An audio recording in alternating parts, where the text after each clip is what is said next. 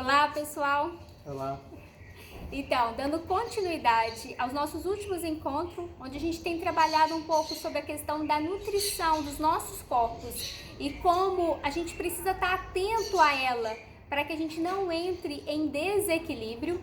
Hoje nós vamos falar especificamente da nutrição psíquica. Nós falamos no primeiro encontro dessa série sobre a nutrição do corpo físico. Depois nós falamos também sobre nutrição emocional.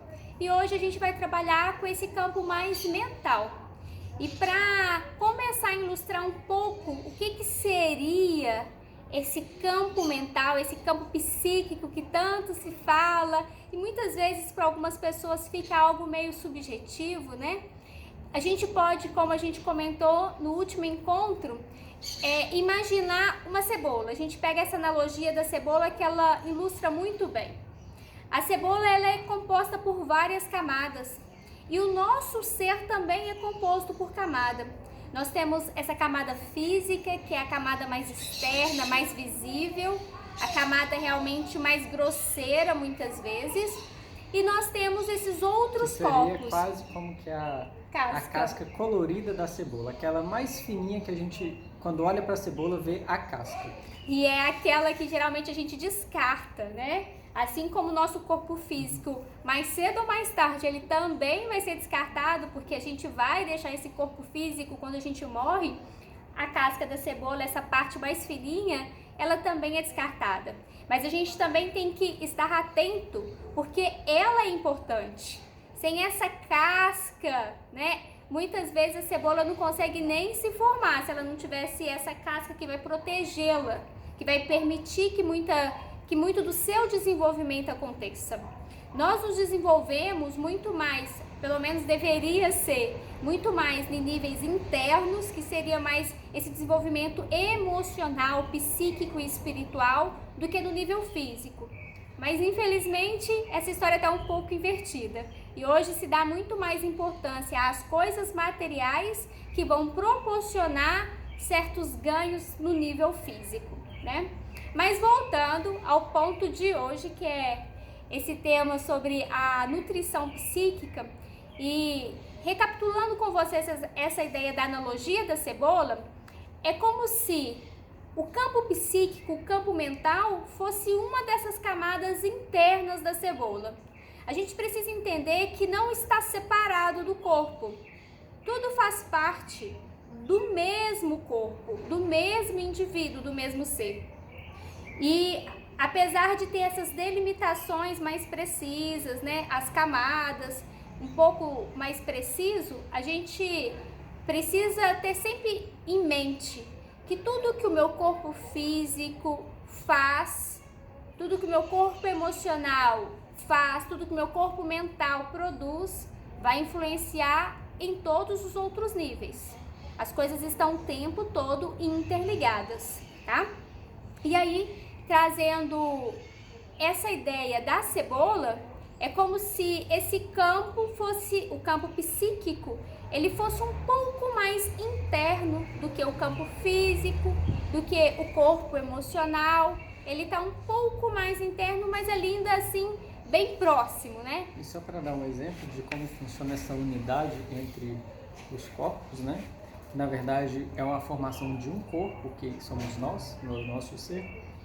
Por exemplo, a gente pensa assim, nossa, vou ser despedido. E ao mesmo tempo a gente pensa, nossa, como eu vou pagar as contas? Nossa, como eu vou comprar comida? Nisso, com um pensamento, né, a gente já começa a experimentar algumas emoções de medo, ansiedade, culpa, insegurança. Né? E ao mesmo tempo que a gente tem esse pensamento que mexe nessas emoções, a gente também tem a reverberação no nosso corpo físico, né?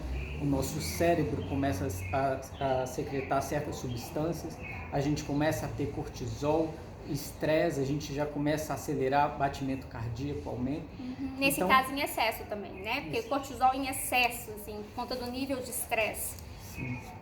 Então, tudo tem um impacto, desde que um pensamento tem um impacto que reverbera no nosso corpo emocional, que reverbera no nosso corpo físico. E isso é sempre, a gente sempre vai ter essas reverberações. em todos os nossos corpos do nosso ser. E pensando nessa ideia que o Breno está trazendo sobre os nossos pensamentos, a gente precisa lembrar que a gente pensa o tempo inteiro e que isso é normal. A gente tem até uma expressão, né, indiana, assim, um ponto que faz referência muito à nossa mente macaco. Porque a mente, naturalmente, ela salta de um pensamento para outro pensamento. Isso é normal.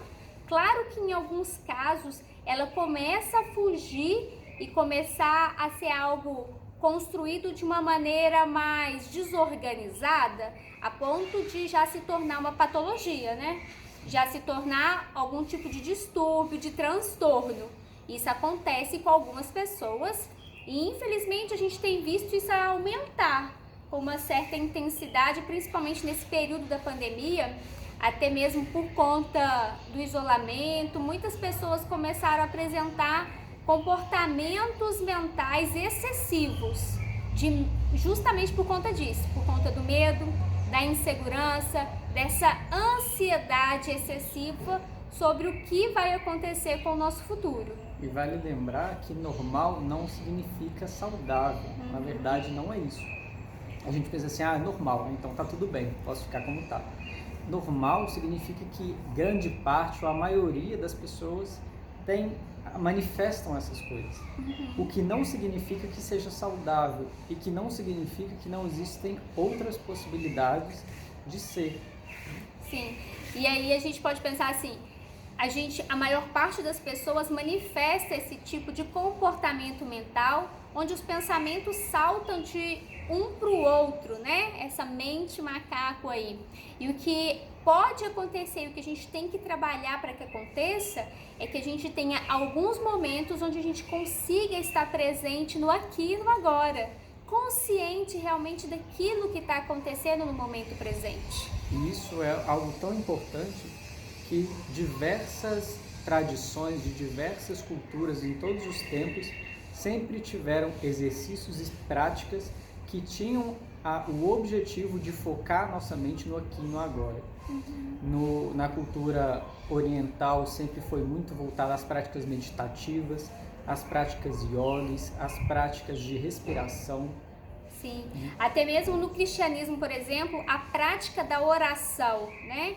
Da contemplação, é algo que está possibilitando, é uma ferramenta que pode ser utilizada para auxiliar o indivíduo nessa concentração, né? É mais do que concentração, é realmente um estado de atenção plena, de consciência plena do momento presente.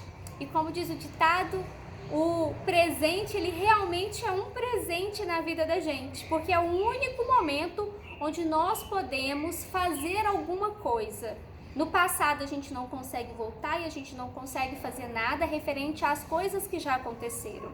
E no futuro a gente pode até vislumbrar algumas possibilidades, mas a gente só vai ter certeza de como ele será se a partir de agora nós começarmos a agir, a trabalhar verdadeiramente para que isso ou aquela outra situação aconteça como imaginávamos. E pode ser também que ela não aconteça porque nas nossas relações interpessoais muitas vezes a gente depende também da ação do outro, né, para algumas coisas. E embora essas práticas como meditação, yoga, oração sejam práticas muito válidas, muito boas para ajudar nessa concentração, elas não são exatamente necessárias.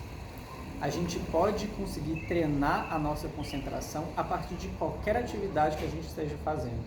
Se, por exemplo, eu sou um caixa de banco, para que eu treine a minha presença, basta eu ficar concentrado, eu prestar atenção no que está acontecendo, com um olhar novo, né? Não aquele olhar, de novo esse cliente, de novo mais um dia, né? Aquele olhar viciado onde a gente não percebe o presente, mas a gente coloca no presente aquilo que está no nosso passado. Então a gente não percebe e entra num ciclo onde o futuro sempre se repete, porque a gente repete o passado. E isso que o Breno está falando, a gente já entra nessa parte do que seriam os desequilíbrios mentais. E um dos fatores que faz com que a nossa mente, que o nosso campo psíquico fique em desequilíbrio é justamente esse viver a vida automaticamente. A gente vai empurrando com a barriga muitas vezes, a gente vai repetindo as coisas constantemente. É como isso que ele está citando. Às vezes você trabalha em algum emprego que tem uma certa rotina, mas a gente deveria olhar com outros olhos. Não é o mesmo dia, não é o mesmo cliente, a gente tem que se dar essa oportunidade. Tem até uma frase, né, de um filósofo, que agora eu não me recordo o nome, mas ele fala que ninguém entra no mesmo rio 2 vezes, porque o rio já não é o mesmo e a pessoa também não é. Então a gente precisa começar a estar atento para nos darmos novas oportunidades. Às vezes aquele mesmo cliente, aquele cliente chato de todo santo dia ali, traz alguma coisa nova que faz com que a nossa vida se transforme, se a gente realmente estiver aberto e disposto, atentos para receber essas coisas novas, essas coisas boas que a vida pode trazer para a gente a todo momento. Então, já que a gente vai falar do nosso corpo mental, do nosso corpo psíquico, vamos primeiro ver como é que ele é formado, né? De onde é que vem essa mente, de onde é que vem os nossos pensamentos.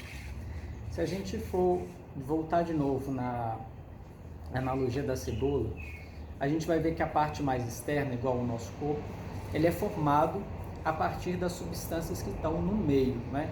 Nosso corpo é formado de vários minerais, vitaminas, proteínas, e todos esses minerais, proteínas, vitaminas, etc., eles são dados por outros elementos do nosso ambiente, né? Então, primeiro a gente nasce dentro da barriga, a gente é formado dentro da barriga de uma mulher, né? Essa mulher se alimenta, metaboliza esses alimentos e aos poucos vai construindo o nosso corpo a partir desses outros alimentos. As nossas emoções também acontece um processo análogo. Quem já não viu uma criança repetindo os mesmos sentimentos do pai ou da mãe, né?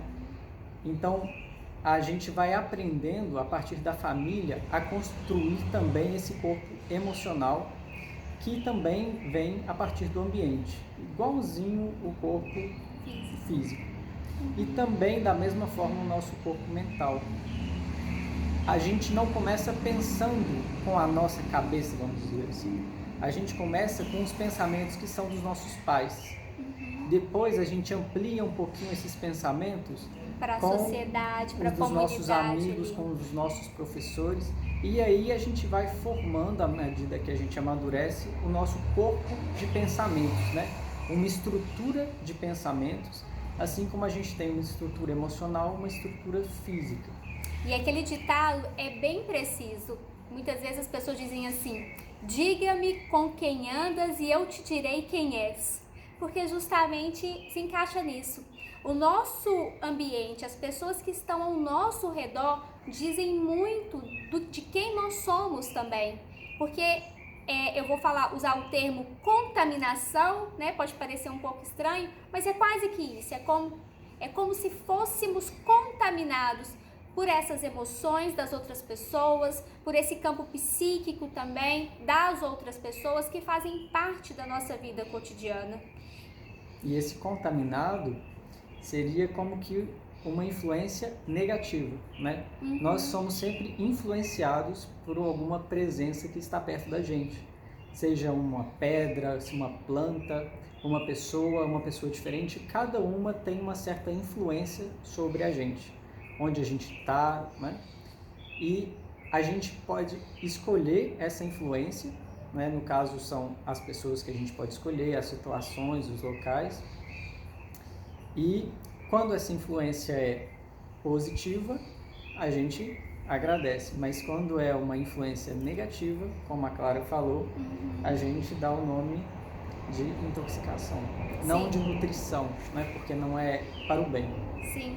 E aí, nesse caso, para que a gente entenda como a gente pode nutrir melhor o nosso campo psíquico, a nossa mente, a gente precisa entender também como que a gente começa a entrar em desequilíbrio. Além de todos esses fatores familiares, ambientais, porque o ambiente onde a gente está inserido, as coisas que a gente faz no nosso cotidiano, né? Os locais também, eles começam a intoxicar o nosso corpo e não a nutrir muitas vezes.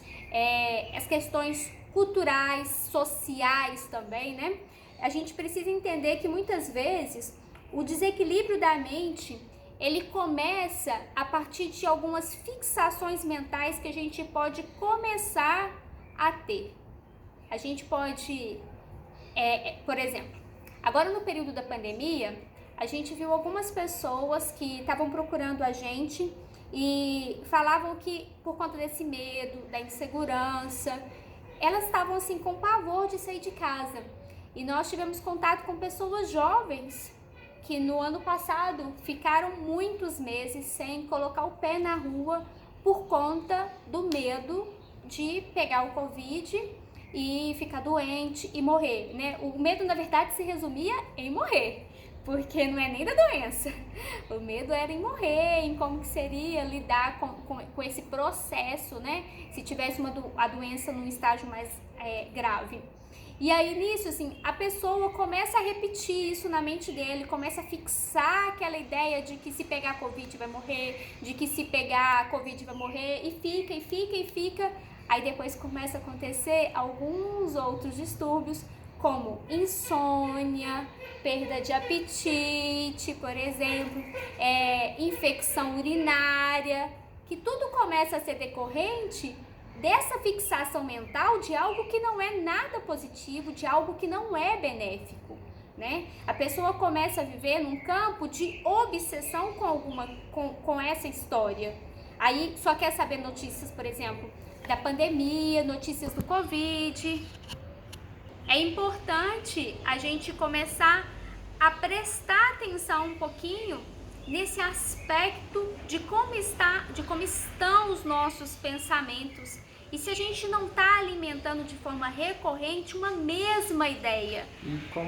E essa obsessão na morte pelo Covid, que no final é uma morte, né? O medo do fim, de acabar. Se a gente não trata esse pensamento aí, na raiz dele, ele vai ter reverberações emocionais, de ansiedade, de medo, de insegurança, e ele vai ter repercussões físicas, né? De insônia, de talvez algum desencadeamento de uma doença autoimune, né? De estresse, de talvez algum problema hormonal, de menstruação também.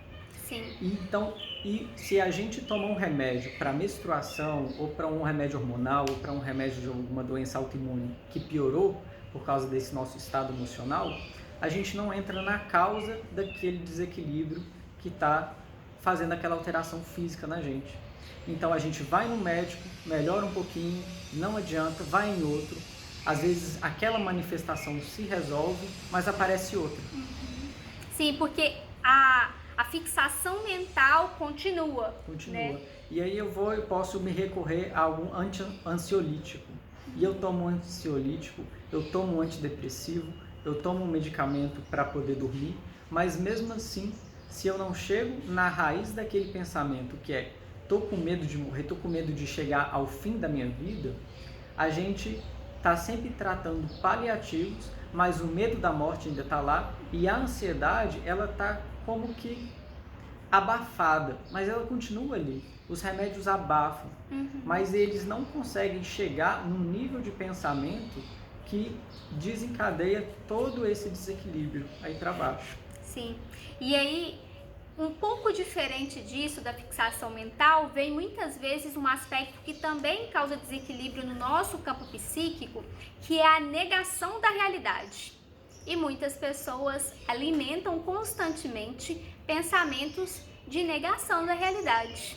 Como, por exemplo, a gasolina está 6,30. Isso é uma realidade. E a gente não tem que fingir, não, que vai melhorar. Pode ser que sim, que melhore. Mas pode ser que não. E pode ser que como não. Aconteceu muito durante esse processo. Né? Mas assim, o tema é que nesse momento ela tá cara realmente. E o que a gente pode fazer em relação a isso? Não é fingir né? Eu tenho dinheiro para colocar combustível no carro, eu continuo usando o meu carro e tá tudo bem. Não tá tudo bem. Porque a gente sabe que, por exemplo, nesse processo, a inflação, cada dia que passa, está aumentando um pouco mais, o nosso poder de compra aqui no Brasil está diminuindo cada vez mais, e isso gera várias consequências. Em nível, né, por exemplo, se a gente pensar em questão de doença, algo que a negação da realidade produz muitas vezes, por exemplo, a pessoa foi diagnosticada com alguma doença, um câncer, por exemplo. A pessoa sai do consultório médico e finge que aquilo não aconteceu, que ela não recebeu aquela notícia, e ela vai para casa e vai seguir com a vida dela numa boa. Se ela realmente tiver controle emocional e um desenvolvimento no nível psíquico capaz de cessar a proliferação daquelas células ali que estão aumentando, né, de maneira desordenada, é possível que o estágio do câncer não passe do nível que está e até regrida. Mas isso não é o que acontece com 99% das pessoas. As pessoas vão receber o diagnóstico do câncer e vão ficar desesperadas. E toda essa emoção, toda essa carga psíquica que a pessoa vai começar ali a produzir, requer atenção.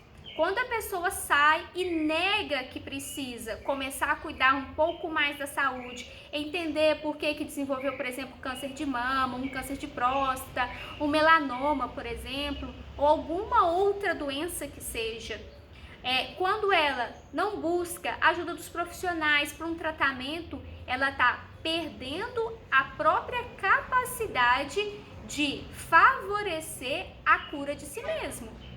Né? Ela tá tirando dela essa possibilidade de renovar a vida, de transformar aquilo que a doença vem dizer para ela que precisa ser transformado neste momento da vida dela.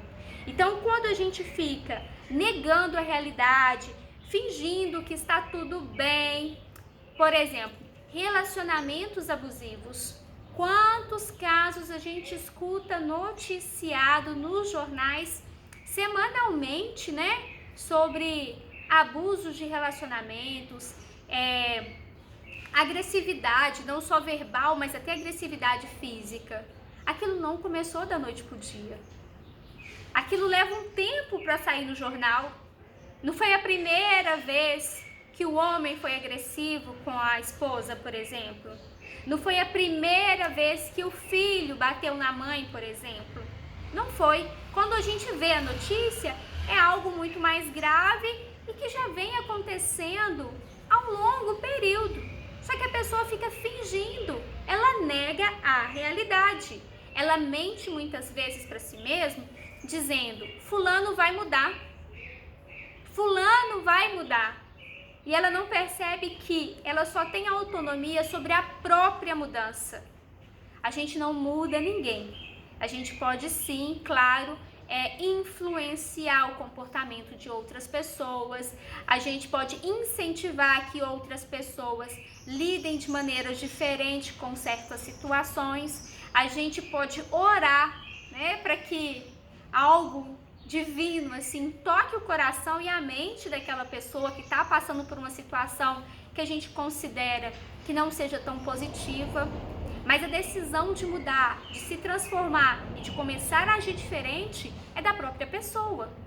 E se a gente prestar um pouquinho de atenção na nossa responsabilidade diante daquilo que acontece com a gente vai perceber que o nosso comportamento, as nossas atitudes, ela tem uma certa brecha que faz com que aquela pessoa aja daquele jeito com a gente. A pessoa, às vezes, age agressivo com a gente, mas muitas vezes a gente tem um comportamento passivo e omissivo diante daquela atitude. Né? Muitas vezes a pessoa assim: nossa, fulano grita com a mãe, mas é só com a mãe, com mais ninguém ele grita. Porque as outras pessoas provavelmente tomariam alguma atitude mais severa e a mãe não toma. Então, no final das contas, a gente tende a culpar o fulano por ser agressivo com a mãe. Sim, a atitude do fulano não está correta, mas a atitude da mãe também não. E se a gente parar para pensar, é uma cadeia onde a mãe tem 50% de responsabilidade e fulano tem 50% de responsabilidade. E talvez a resolução daquele problema não esteja na mãe esperar que fulano mude, mas que a mãe realmente tome uma atitude.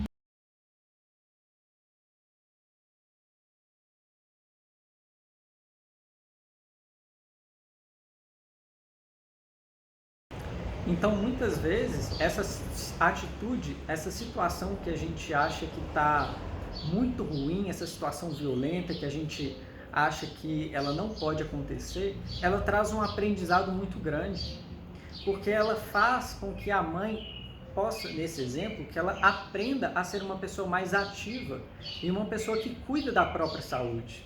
A gente vê muito uma ideia que tem por aí de que a gente tem que cuidar dos outros e esquecer de si mesmo. Mas isso muitas vezes é mal interpretado. É como se a minha vida não vale nada, a vida de fulano vale muito e eu tenho que estar sempre cuidando de fulano. Né? Que é muitas vezes o que as mães fazem com os filhos e ficam lá, nossa, meu filho, sufoca o filho e não cuida de si. E é um desequilíbrio, porque cada ser humano tem responsabilidade sobre si mesmo. Cada ser humano tem responsabilidade sobre a sua vida e sobre a sua condução e o desenvolvimento da própria vida. Então, não adianta a gente ficar mentindo para nós mesmos diante das situações do nosso dia a dia, diante das coisas que acontecem na nossa vida, né? Sim, as situações são aquilo que mostram para a gente o que a gente está errando, o que a gente ainda não conseguiu fazer melhor. Sim. No caso, por exemplo, da ansiedade em virtude do período de isolamento por conta da pandemia, o que você podia estar fazendo para ocupar o seu tempo, já que estava em casa? Muitas pessoas aproveitaram esse período para começar uma atividade nova, fazer um curso online, né? Aprender uma coisa manual, por exemplo. Eu vi muitas pessoas aprendendo a fazer crochê pela internet, com videoaulas ali gratuitas, até no YouTube, por exemplo, e começaram a ganhar dinheiro hoje vendendo produtos, não apenas de crochê, mas alguns outros produtos artesanais também. As pessoas que realmente estão mais equilibradas mentalmente, elas conseguem saírem melhor dessas situações de crise do que outras pessoas que já não estão tão bem assim. Então, uma coisa que é muito importante é que a gente comece a fazer uma avaliação do nosso nível mental. Assim como a gente vai periodicamente, as pessoas, né, de uma maneira geral, elas costumam ir ao médico, fazer um check-up do corpo físico, aí faz toda aquela bateria de exames ali, pelo menos uma vez por ano, a gente também deveria dar mais atenção ao nosso campo mental, também ao campo emocional. Mas nesse caso, falando mais do campo mental, seria muito importante que a gente comece a prestar mais atenção no nível dos nossos pensamentos, onde nós estamos focando, né, fixando a nossa atenção cotidiana. Prestar um pouco mais atenção nisso que a gente estava falando agora. Será que a gente não está fingindo ter uma vida que nós não temos? Ser uma pessoa que nós não somos? Será que não está na hora de buscarmos uma transformação para que as melhorias que a gente gostaria que existissem em nossa vida realmente aconteçam? E nesse ponto a gente passa para um outro nível de desequilíbrio do campo psíquico, que tem muito a ver com as nossas escolhas cotidianas, como por exemplo a atividade física. Quantas pessoas provavelmente dizem assim: segunda-feira eu começo a fazer caminhada, segunda-feira eu começo a fazer dieta, segunda-feira eu vou mudar isso ou aquilo. A gente até brinca, né, com essa expressão de ser segunda-feira, porque segunda-feira tem toda semana, todo mês tem segunda-feira, todo ano tem segunda-feira. A gente só não sabe qual segunda-feira realmente essa pessoa vai estar disposta a levantar com garra realmente e começar a fazer essa transformação que é necessária na vida dela. Então, a inércia física, ela começa a sobrecarregar, a intensificar muitas vezes esses nossos pensamentos que ficam aí saltando de galho em galho. Isso é uma coisa que acomete muitas pessoas quando elas se aposentam, que é algo muito comum. Quando a pessoa ela tá ali naquela dinâmica de trabalho dela, né? E ela vai e se aposenta com 60, 65 anos de idade, sem nenhuma perspectiva de como será a rotina dela. Num primeiro momento ela pensa, não vou fazer nada, vou descansar, trabalhei muito a minha vida inteira. Mas isso vai passando um mês, vai passando 2 meses, o corpo começa a ficar acomodado e a pessoa já começa a entrar nesse estado de inércia. E com o estado físico, quando o corpo físico cai nessa inércia, nessa inatividade mesmo, o nosso campo psíquico começa a dar brechas, abrir portas para tudo quanto há de coisas, assim, e geralmente coisas negativas, né? A gente começa a acentuar muito mais estados de ansiedade, de depressão. Isso é muito mais comum em pessoas que já não estão com um ritmo de vida cotidiano mais acelerado, poderíamos dizer assim. Todo mundo sabe, né, que praticar alguma atividade melhora o nosso psiquismo, né? Todo mundo já passou pela experiência de estar confuso, estar estressado, estar nervoso, vai caminhar, vai fazer alguma coisa, depois de 15, 20 minutos passou, melhorou um tanto, ou quase tudo ou tudo, né? Por quê? Porque a realidade, ela recalibra a nossa mente. A gente começa com a imaginação, ela começa a correr solta, né? De repente uma coisa acontece, uma preocupação. Uma preocupação é uma imaginação de algo que pode acontecer ou não. E a gente fica como se acontecer e vai. E nesse vai, a gente vai comendo passos, não tem nada acontecendo no presente, mas a gente está lá, pensando. Quando a gente vê, já está lá a quilômetros, anos-luz de distância. E quando a gente tem que, em alguma atividade, a gente tem que focar de novo, a gente tira essa atividade imaginativa excessiva e volta para a realidade. E a realidade recalibra nosso cérebro, recalibra o nosso pensamento, a nossa mente. E nisso a gente volta e restabelece um pouco mais desse equilíbrio que a gente perdeu quando a imaginação começou a correr solta. A gente tem falado, a gente citou, né, até o momento, algumas doenças que são de ordem mais psíquica, são desordens desse nosso campo mental, como a ansiedade, a depressão, outra que a gente pode citar também, bipolaridade, as demências. Todas essas estão associadas diretamente a esse desequilíbrio do nosso campo psíquico. E isso é graças aos nossos hábitos de vida, às nossas escolhas cotidianas, às nossas escolhas alimentares, às nossas negações daquilo que nós sentimos, das nossas emoções cotidianas e também sobre a influência direta de toda essa aura que está ao nosso redor, da família, dos amigos, do ambiente de trabalho, da sociedade de uma maneira geral. E nós somos diretamente responsáveis, não pelos outros, mas por nós mesmos. Porque muitas vezes, por exemplo, a gente escolhe ir para a casa de fulano, conversar com fulano, por exemplo, mesmo sabendo que aquela conversa não é assim tão produtiva, que a gente poderia estar ocupando o nosso tempo fazendo outra coisa.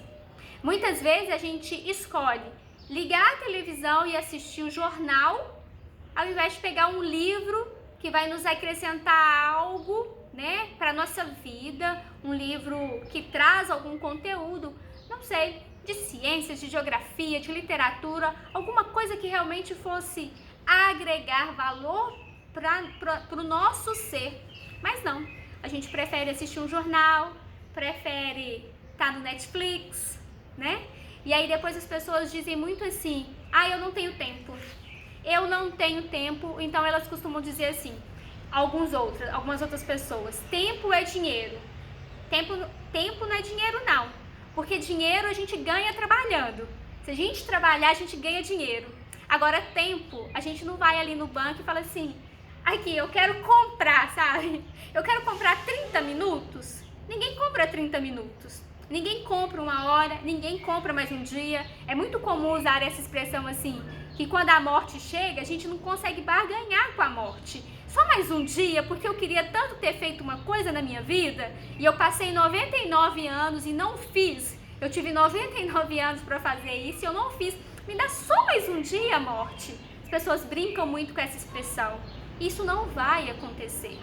Então a gente tá perdendo o foco muitas vezes porque a gente está se distraindo com muita frequência. Claro que a gente não está aqui dizendo que atividades de lazer, atividades recreativas, de entretenimento sejam ruins. Esse não é o ponto.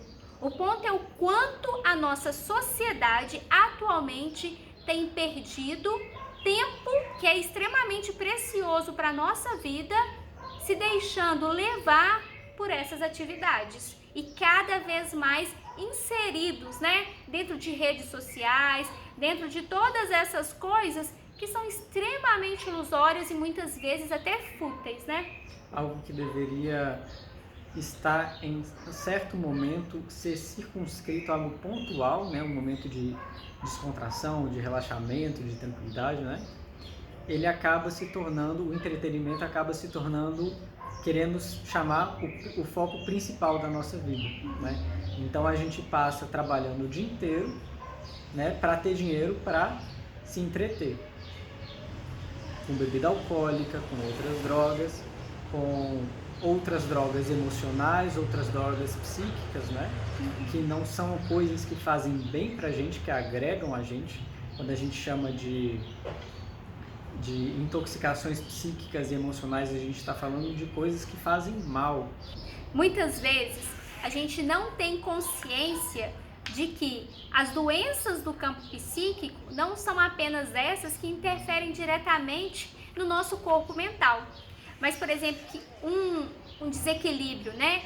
Uma desarmonia do nosso campo mental também influencia e favorece o surgimento de doenças no estômago, no baço, no intestino.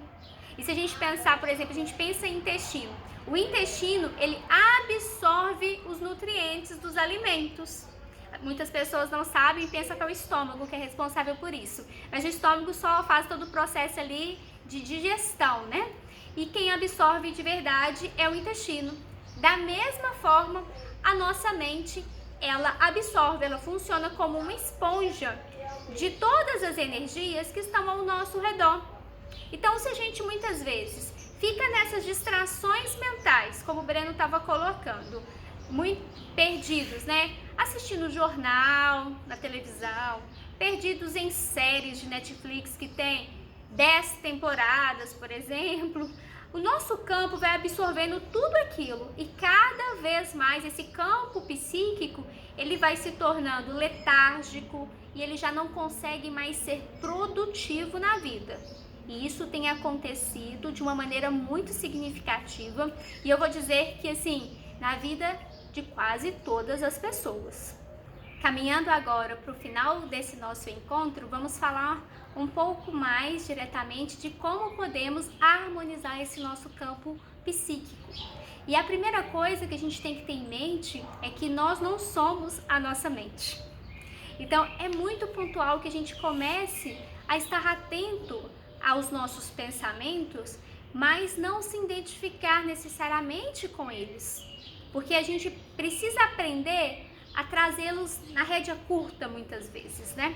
E aí eu posso trazer como exemplo no Bhagavad Gita, que é um livro tradicional da cultura hindu, tem algumas edições que traz na capa o Krishna e o Arjuna numa carruagem puxada por 4 cavalos, que simbolicamente são os nossos corpos. E um desses cavalos é o nosso corpo mental. Então, ele está ali sendo puxado por uma rédea. Significa que a gente precisa realmente estar atento está segurando firme essas rédeas do nosso corpo mental, sem deixar que a mente nos domine, sem deixar que essas influências a nível psíquico que estão aí no cotidiano, presentes na nossa vida, seja pelas mídias, seja pelas redes sociais, seja pela influência familiar, pela influência de amigos. A gente precisa estar ali atento para não nos deixarmos influenciar por essas questões. E aí, o que a gente pode começar a responder? São perguntas que a gente pode começar a responder para facilitar o nosso entendimento. Eu estou tendo um pensamento recorrente sobre o que é esse pensamento. Eu consigo resolver essa situação que está me preocupando, que está me causando essa certa perturbação? Eu não consigo resolver? Tem um ditado que fala assim, né? Que aquilo que não tem solução, solucionado está. Muitas vezes, é quase que isso que a gente deveria fazer. Determinadas situações não cabem a nós outros estarmos resolvendo.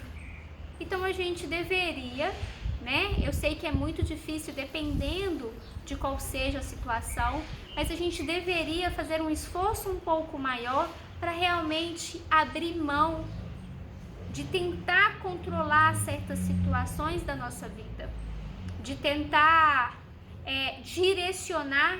E isso acontece muito quando a gente tenta influenciar outras pessoas, né? A gente quer que fulano seja assim, que fulano faça tal coisa. E a gente fica ali com aquilo recorrente na nossa mente, tentando criar estratégias e pensando. E isso só vai adoecendo a nós mesmos. Então é importante que a gente comece a refletir se aquilo que a gente quer transformar, se aquilo que a gente quer executar é realmente cabível ou se é ilusão. E se é ilusão, abre mão. Deixa passar, deixa dissolver. É difícil, mas é fazer outra coisa. É parar de chorar sobre o leite derramado. O leite derramou? Derramou. Realidade. Somos realistas. A gente deixou o leite derramar. O que eu posso fazer a partir de agora? Isso que a gente precisa trabalhar. É colocar a nossa mente para trabalhar a nosso favor, com realidade, com prontidão, com determinação de sermos melhores a cada dia. O leite derramou, o leite derramou. Não adianta eu ficar chorando ali em cima do leite derramado. O leite não vai voltar para a panela. O que eu posso fazer? Colocar outro leite para ferver. Não tenho mais leite. Eu consigo ir comprar leite? Não consigo. Já está de madrugada, não tem nada aberto. Ok, não consigo comprar leite. O que eu posso fazer? Tomar água. Não tem água? Aproveita a oportunidade e faz jejum. Então, começar a trabalhar nesse nível de diálogo mental. Encontre a solução para o problema. Não tem uma solução imediata? Entregue e vai fazer outra coisa. Entrega para Deus, para o universo, faz uma oração, né? Dependendo da sua denominação religiosa aí. Se não, vai fazer outra coisa e segue com a vida, porque isso é importante. Que você não fique preso a esse contexto, porque é isso que adoece a nossa mente muitas vezes. E aí, por exemplo, algo que é extremamente danoso para a mente e também para alguns outros órgãos, como para os rins, é a questão do medo. E como que a gente pode trabalhar o medo? Parar de assistir televisão e coisas que não prestam no Netflix, como filme de terror, por exemplo, esses noticiários todos, né? Que a gente sabe que só vai intoxicando as pessoas, só vai deixando as pessoas mais temerosas também. Coisas que vão ajudar nessa desintoxicação do nosso campo psíquico, a ingestão de água, de líquido. Nós falamos em uma live anterior sobre os benefícios da água solarizada e a gente continua acentuando isso. Isso tem uma transformação nas nossas moléculas que a gente nem consegue descrever ainda, mas vale muito a pena experimentarem a água solarizada. provavelmente vocês conseguem pesquisar um pouco aí na internet e encontrar algumas coisas. Confiar em si mesmo é algo que vai favorecer esse fortalecimento do seu campo mental. Outra coisa que também influencia muito no nosso campo mental é a ingestão de carne. As pessoas, que ainda são carnívoras, elas muitas vezes se baseiam na ingestão por conta da proteína. Mas hoje a gente já sabe que existem várias verduras e leguminosas que contêm proteína suficiente para que a pessoa continue tendo uma qualidade de vida, continue tendo os nutrientes que são necessários para as atividades cotidianas serem executadas. Tem fisiculturistas, por exemplo, a gente pode pesquisar aí na internet depois, vocês podem dar uma olhadinha. Tem um fisiculturista norte-americano que ele já tem 82 anos e ele é vegetariano. E tem aquele corpo todo malhado e ele é vegetariano. O Breno sempre gosta de citar o exemplo dos bichos, que o elefante também é quem tem mais músculo e ele é vegetariano. Gorila também, né? Gorila é vegetariano. Os veados, então, de onde é que tira a proteína, né? De onde é que o elefante tira a proteína? De onde é que o gorila tira a proteína? Sim. Né? Que são os animais mais fortes que a gente tem no planeta. E aí, nesse sentido, assim, a gente tem que perder o medo dessa questão da proteína, da B12, por exemplo, que é um tema sempre recorrente quando a gente começa a falar de vegetarianismo. E outra coisa que vale a pena vocês pesquisarem um pouco mais profundamente é sobre o quanto esse campo psíquico, essa energia que fica impregnada ali na carne desse animal que foi abatido. Gente, não tem isso de que foi abatido organicamente, não, sabe? Porque a gente compra verdura orgânica e agora inventaram carne orgânica. Ok que o animal pode estar se alimentando de uma maneira natural, mas não tem nada de orgânico naquilo. Ele foi abatido e ele sente dor, né? Se você, por exemplo, se você corta sua mão com a faca, você sente dor. Se o animal também recebe um corte, ele também sente dor. E essa dor fica impregnada ali naquela carne.